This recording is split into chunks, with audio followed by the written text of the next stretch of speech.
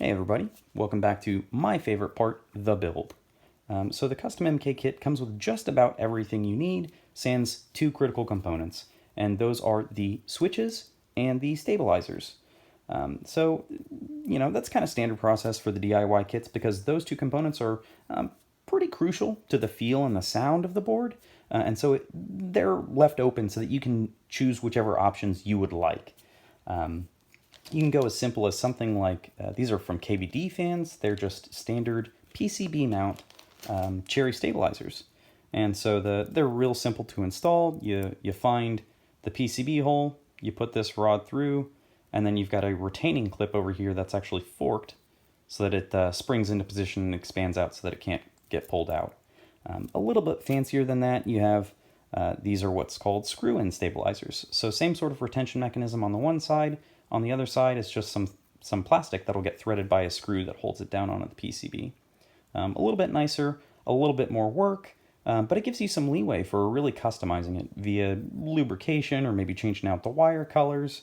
You can even get crazy with it and swap out your stem color to match, say, your Kiwi switches. But aside from that, you should have everything that you need in the kit. So step one is make sure that you've got everything in the kit. It's really easy to reference because of this diagram that they've included here. But ultimately, what we're looking for is the top plate, or the switch plate as they call it in the documentation. And you will not use both of these. You'll only use one for whichever configuration you're looking for.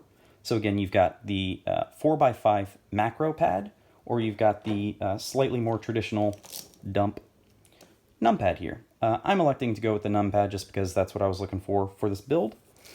So let's go ahead and set the other one aside for now.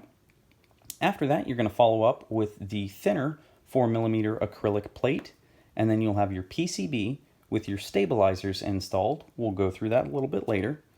After that, you'll have the thicker 8mm acrylic, the LED diffuser here, followed by your base plate, which will hold it all together, and then provide mounting for your isolation pads here. Last but not least, we have the optional encoder, which is awesome. Highly suggest you use it. Bunch of fun, but to each his or her own. And then I'm going to go ahead and separate this up into multiple videos so that if you're doing, say, the macro pad, you don't have to watch the video on stabilizers, or maybe you've got some simple stabilizers, you don't want to waste your time on that. And then we'll allow you to watch what you need to. All right, sounds good. See you on the next one.